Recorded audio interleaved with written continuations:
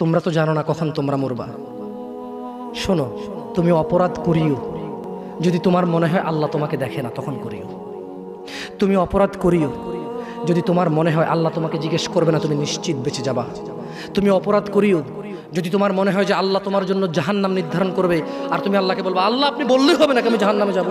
যদি এই ক্ষমতার অধিকারী হও তাহলে তুমি অপরাধ করিও। তোমাকে বলি, মহিলা, মা, বোন, চাচা, চাচি, নামাজ ছাড়া মানুষ মুসলমান থাকে না। ওয়াল্লাহি আমি বলছি না কোথায় বাঁধবেন, তর্ক পরে। আমি বলছি আপনি নামাজটা স্টার্ট করেন।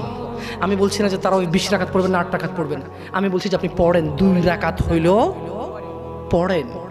আমি বলছি যে আপনি ঈশান নামাজ 15 রাকাত দরকার নেই, আপনি শুধু 4 পড়েন। আমি কি বলছি সুন্নত বাদ দিতে?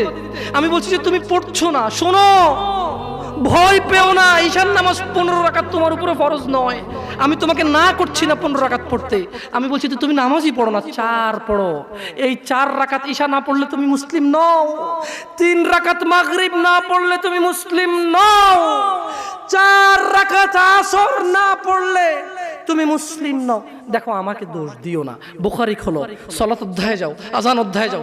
আল্লাহর নবী বলেছে তারা ওরা কাফির, ওরা মুশরিক, ওদের আর আমি মুহাম্মদুর রাসূলুল্লাহ সাল্লাল্লাহু আলাইহি ওয়াসাল্লামের উম্মতের মধ্যে পার্থক্য হচ্ছে নামাজ।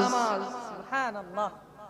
ও সাহাবা, ও উম্মত, তুমি চিনবা মুহাম্মদের উম্মতকে সাল্লাল্লাহু আলাইহি ওয়াসাল্লাম।